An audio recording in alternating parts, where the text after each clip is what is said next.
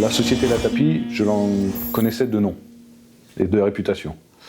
Et je savais que cette personne cherchait un repreneur et était en fin de carrière. J'ai donc repris cette entreprise et développé son activité. Alors, nous avons gardé la charpente traditionnelle de la couverture, nous avons rajouté la zinguerie et l'ossature bois, où nous faisons des maisons, des surélévations et des extensions. Donc la surélévation ossature bois, nous découvrons une partie de la maison, refaisons un solivage complet sur les murs existants pour accrocher la fermette, ce qui permet aux clients de rester et d'habiter dans leur maison, pendant que nous faisions la surélévation au-dessus.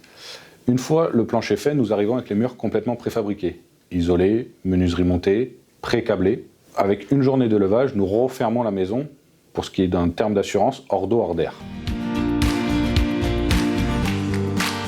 Le choix du Crédit Agricole a été sur la relation avec le conseiller. Au rachat de l'entreprise, avec Madame Bison en particulier, de sa réactivité et son professionnalisme sur l'étude de mon dossier. Certes, il avait 25 ans, mais il avait déjà beaucoup d'expérience. Et quand il est venu, son projet était vraiment très bien préparé.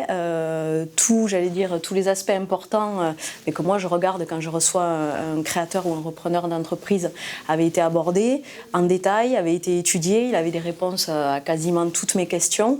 Et très rapidement, ça m'a donné envie de croire en lui et au projet qu'il avait de reprendre l'entreprise La Tapie.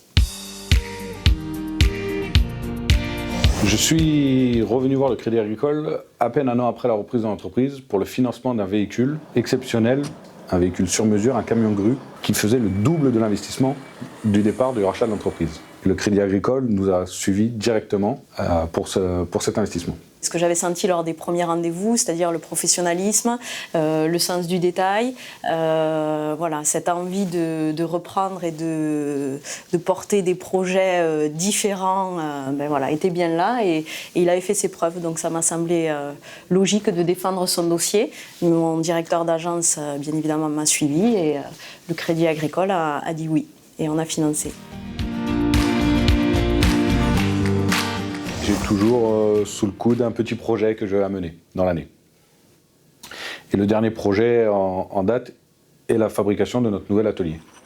Après avoir développé l'entreprise, ça va être l'achat de machines numériques pour la fabrication de murs ossature bois, l'investissement dans d'autres camions grues sur mesure pour l'activité levage et développer le bureau d'études. Aujourd'hui, j'ai un salarié en bureau d'études et passer à 3 ou 4 salariés.